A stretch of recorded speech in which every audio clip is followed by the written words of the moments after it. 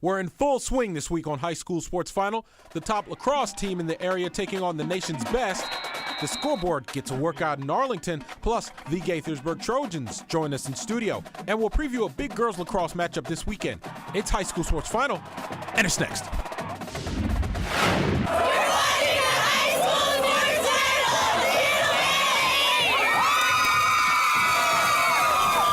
News Channel 8, this is High School Sports Final.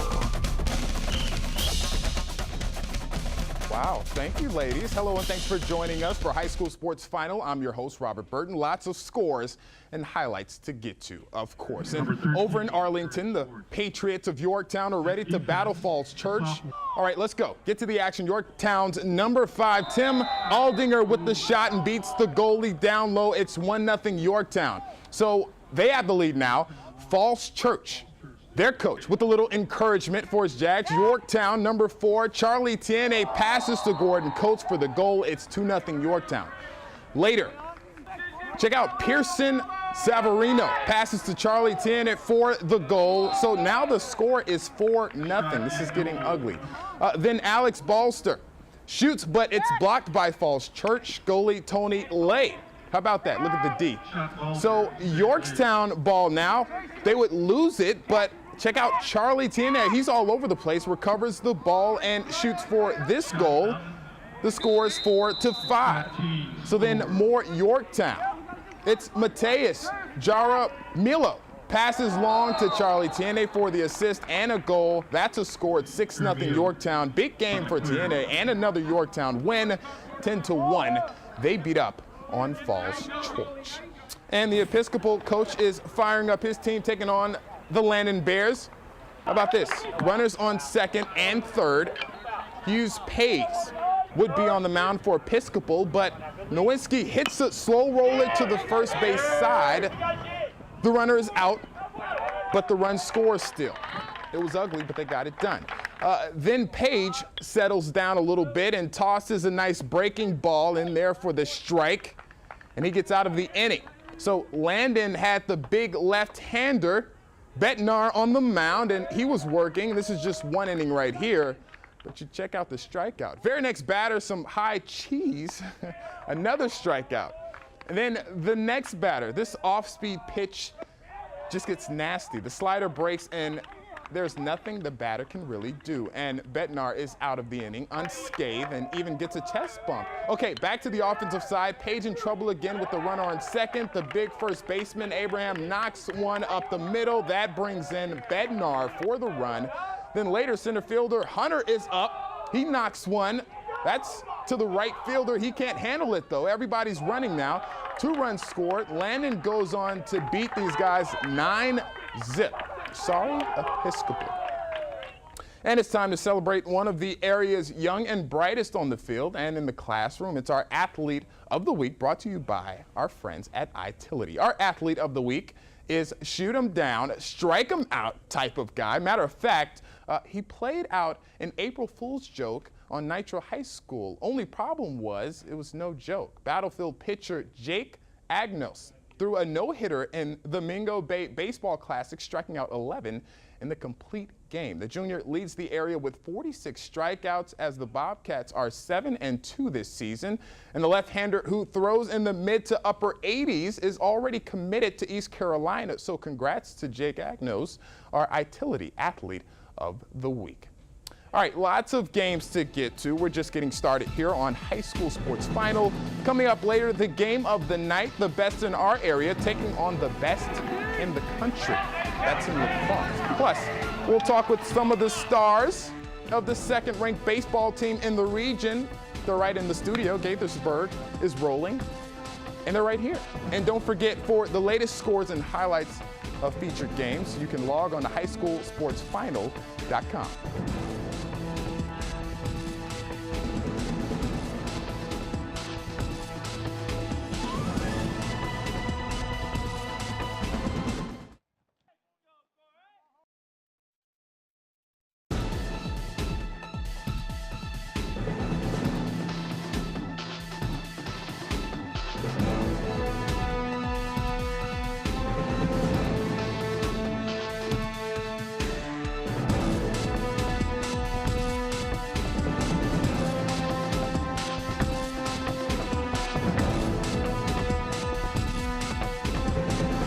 Well, Gaithersburg High School is rolling in baseball. The Trojans are the #2 team in baseball in the area, and they have a pitching staff similar to the Washington Nationals.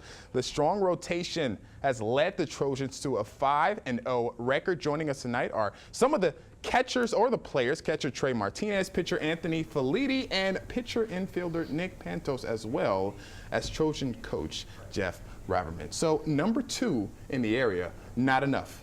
I need a #1. But Coach, #2 is still a high ranking. How do you battle through having that target on your back all the time? I think we've been very successful for the last number of years, and I think it's something we just have to embrace. We have a lot of talent on our team. We've been very successful. We've won the region 2 of the last 4 years and won the division back-to-back. So we're coming off of a season where we lost in state semifinals, and a lot of hunger for the kids, and they want to be the best, and coming along with that is a high ranking, and I think it's something we just embrace. And it's a high ranking. Kids can get big heads when you have high rankings. How do you keep these guys humble? Oh, well, that's probably the toughest part, honestly, is keeping their heads down. But we have kids that work hard, and we came really close last year to achieving our ultimate goal, and unfortunately we didn't do that last year. And I think all I had to do was remind them about the 6th inning in the state semifinals last year, and that kind of brings them down to earth. Yeah. So. Anthony, you're a pitcher. Yes, sir. You just heard what I read, the Washington Nationals, but you guys are highly regarded. Kind of talk about that pressure and having to perform every game, man. I mean, I don't really feel a lot of pressure because I know I have my teammates behind me to back me up, and if something goes wrong, I know they're there to pick me up if I need it. Yeah. Okay, so being young, all you guys, watch the MLB, of course. If there's one player you look up to in the league, who would that be? Starting with Anthony. Mine would have to be Andy Pettit, who retired from the Yankees. That's who I like to base my game off of. Now, why is that? Talk about some aspects. Just the way he carried himself on the field, on and off the field, and that's why I'm number 46, because I like the way he has his mechanics and his pickoff move. All right, Nick, what about you? I'm a Nationals fan, but I really like to watch Jose Fernandez of the Marlins because I feel like he has the same kind of pitching style as I do, and we kind of throw a little bit of the same way, and I just really enjoy watching him. Trey. My personal favorite is Yair Molina of the Cardinals, the catcher.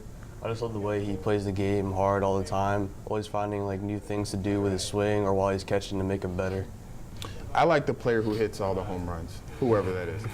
Coach, it's a long season. How do you keep these guys focused from day one? Well, this year's been a little bit tougher with the weather and not being able to get outside as much as we want to. But finally getting to the season, I think, helped, and starting to play the games help as well. We break everything down. The first goal is to win our division, and then to get the #1 seed in our region, and then go try and win the section region, and then hopefully a state championship. So you got to break it down in little segments. We break it down as far as win the inning. You can't worry about the second inning before you play the first inning. Win the first inning, and I tell all the kids, if we win every inning of every game, I guarantee you we won't lose. I mean, it's pretty obvious that happens, but if you really break it down that small, you don't get ahead of yourself, and I think that's something that's really important for us to be successful. Now, #2 in the area. How bad do you want to be #1, though? No. Well, a ranking's a ranking. We just want to go out and win the next game and continue to play well and get better. That way, when May comes around and it's playoff time, we're playing our best baseball. If we reach our ultimate goal, I think the rankings will take care of themselves. Yeah. Okay, we were talking about Twitter handles before the break. All right, so let's hear them, guys. Starting with Anthony, what's your Twitter handle, man? Anthony_Feliti, Felitti, in case you need the spelling. Wow, that's boring. I know. Okay, it's okay. It's not Nats at Nats, future Nats pitcher or something like that. It has to be respectable and clean. Okay, I like that. That's nice. Okay, Nick. Mine's not any more exciting. It's just Nick_Pantos. Guys, come on, man. Say that one more time. Nick_Pantos. Trey has the best Pantos. What, Trey? What's your Twitter handle? Mine is @SweetCheeksTrey because Yes, sir. when I was back in the day, I used to be a little more chubbier than I already am. Yeah. Had some nice cheeks, so. Well, you're nice and slim now, man. You're nice and slim now. Okay, well, I'm not going to give my Twitter handle because I hope they know it. All right, so I guess we're going to go into break, but I'm glad you guys came on the show. Good luck with your season. More to come on High School Sports Final, scanning the area and the highlights from the show, keeping tabs on the best plays. We'll have our plays of the week. That's coming up later. And you have the chance to show us who has the most energetic and spirited high school. Log on to WJLA.com/spirit and tell us why your school is the best.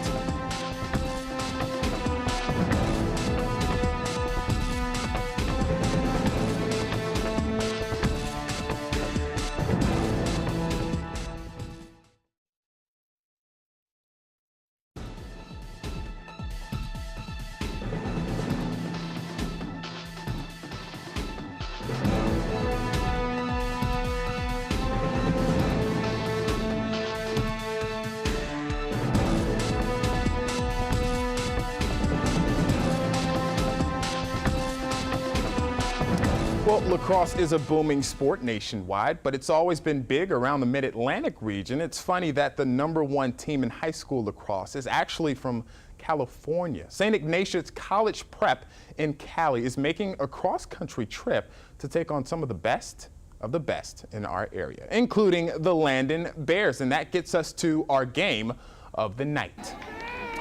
Landstown Bears taking on the top-ranked lacrosse team in the country, St. Ignatius Prep from Cali. The Bears on the attack, and look at Joey Epstein, the pass to Nate Buller.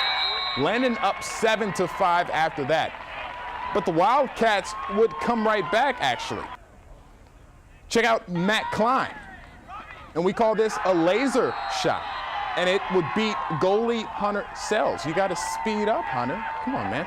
Landstown returns the favor, though. Nate Buller again beats the defense and the goalie for the score. Okay, so it's now 8-6.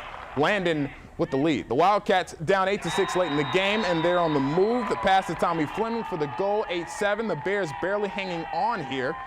St. Ignatius, Finn Berry rolling and finds Ben Noss. The quick strike, and just like that, the game is tied. And it's just over 90 seconds to go in this one. Everyone knows that lacrosse is a physical game, and look at the hard hit here. The following face-off. Watch the effort by Peter Alleman, streaking through the D, and goes top shelf to beat the goalie, Hunter Sells. That hurts. Shot for the Bears, but Joey Epstein's shot goes wide. And the Wildcats would actually keep the pressure on Landstown. Matt Klein just running through the D, finally shoots here and scores. And St. Ignatius comes back to beat the Landstown Bears, the final 10-8. Falls Church against Stewart. Jason Guttermuth on the mound, and he's dealing, gets the strikeout to end the inning, and the Jags are fired up. And that's a long walk back to the dugout. It's always next time, though. Sophomore Nathan Bass pitching for Stewart, and Gary Bornhort takes this one deep center field, and it's over the head of the center fielder. He would roll into second with a stand-up double in the camo uniform, so he does it in style. Couple batters later, Sean Clary, he takes this one to center field. That hit brings home Bornholt and the Jags on the board, so things just get a little better now.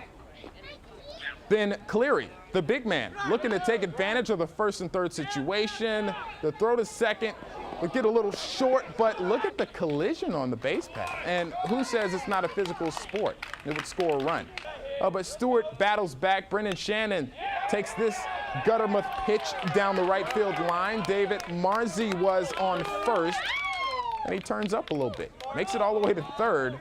You can't teach speed, and he's got it. Next up, Justin McElwain. He hits the grounder up the middle, a double play ball, but the second baseman, Matt Ramsey, bobbles it.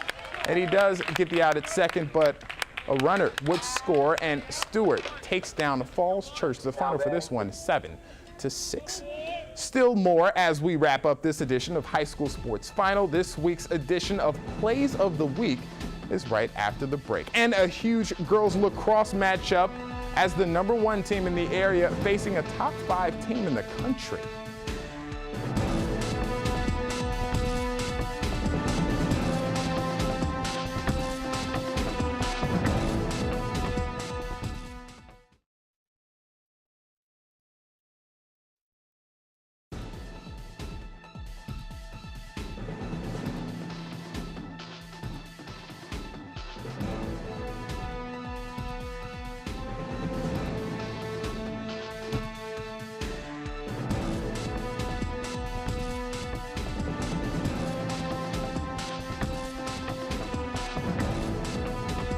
Remember, you can go to our Facebook page at High School Sports Final to select your choice for the play of the week. St. Ignatius at Landon, the face-off. And check out the effort by Peter Alliman. There we go, streaking through the defense. You just saw this and goes top shelf to beat goalie Hunter Sells. That hurts, but that would be the play right there. And there used to be a time when Bishop Ireton girls lacrosse was the team that would schedule for homecoming, you know, a guaranteed win. But things are different now, especially after the Ireton girls won the WCAC title last season and beat St. Stephen's St. Agnes in the Virginia Independent School Championship. Well, they are still on a roll and ranked #1 in the area and have a big matchup this weekend. Joining us tonight is head coach Rick Sofield. And coach, we were just talking about this, #1 in the area, #2 in the country. We were talking earlier in the show, we were talking about bullseyes on teams' backs. How do you guys play through that? Well, the girls work hard, and they just focus on little things every single day. And so that's what these girls do. Selfless kids, working hard, just concentrating on making little plays. When you're #2 in the country, you think, okay, we've made it.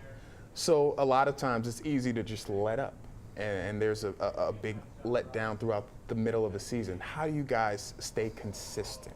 Well, we're not satisfied, and that's one of our mottos this year is we're not satisfied. We had a very successful year last year. We're proud of that, but that was over the next day, and we started getting ready for this season 2 weeks after last season ended. There's a method to the madness. You know, when you think of the great coaches everywhere, but there is a method. What is yours? If you have one, what is that method? You know, I'm trying to teach these girls life lessons, right? You know, I'm not building lacrosse players, I'm building young women. And lacrosse is just a way that I do that. And so our program, our school, we focus on just values such as commitment to a team, giving up, individual goals in order to achieve a team goal, hard work and preparation. The girls buy into that on this team.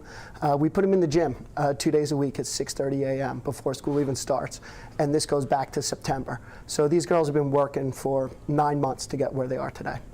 6:30. You never like it when the coach says 6:30, but it pays off when you guys have success. Every team has a point where like I said, you've made it, but when you talk about a team that was scheduled for homecoming games for an easy win, talk about now being the #2 team in the country, making that turnaround. What is that like? Well, I mean, like I was saying before, it's not a matter of big steps or big leaps. It's a lot of little steps along the way. And so we talk about this in terms of a particular game where I tell the girls we don't need to make big plays. We make little plays to be successful in big games. You know, get a ground ball, win a draw, make a defensive stop. It's the same thing in building for a season, in building a team and a program. It's a lot of little things. You know, all those mornings at 6:30. It wasn't one day. It didn't happen once. It happens every single week, and it happens over the course of years. And these girls have bought in. They've committed themselves to it, and that's why they're having success. You know, your players are probably watching you right now. Are there any players that you look to as leaders of this team, or maybe they're all the seniors or all, you know, some juniors on the team? Any specific players that you look to take control and be a leader of this squad? We absolutely have some outstanding individual players. We have girls going to play at the top schools in the country. But our biggest all-star is our teamwork. It really is. These girls, as I said before, are selfless. Yeah. They're committed to the team. They're committed to being the best that they possibly can be. And they forego all those individual honors in order to have a successful team. So I couldn't point to any individual player. It's the team as a whole is what has brought us the success we've had so far. Good answer. There are challenges when you're a coach of a team that is as successful as yours. What are some of the challenges that you face, if any? I have to tell you, this group of kids that we have, starting with our outstanding senior leadership and filtering all the way down to our freshmen who have bought in immediately to what we're trying to do. They've just been a pleasure to coach. I can't really point to any particular challenge along the way. It's just these girls, they want it, and they're willing to do whatever it takes to be successful. A big one tomorrow. What do you tell your team going into that one? So first thing, get a good night's sleep. Right, of course. Have a good dinner. That's why I'm here alone tonight. I wanted to make sure they went to bed and got their sleep. But as I was saying before, in big games, big plays don't don't give you success in big games. We don't need kids trying too hard. Make the little plays. And make a lot of them all over the field. Compete at every inch of the field, every play. Yeah. You compete, you make the little plays. Big things will happen. All right, Coach Schofield, living the life. All right, well, that's all the time we have for this edition of High School Sports Final. For all the cast and crew behind the scenes, they bring you highlights of the games. I'm Robert Burton. We'll see you next week.